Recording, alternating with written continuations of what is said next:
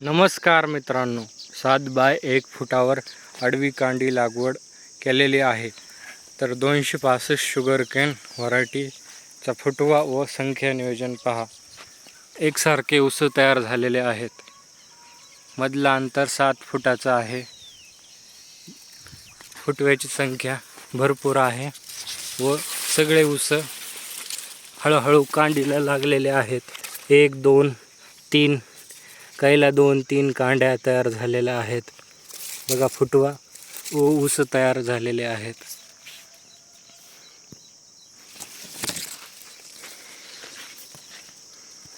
तुम्ही पण प्रयोग करा.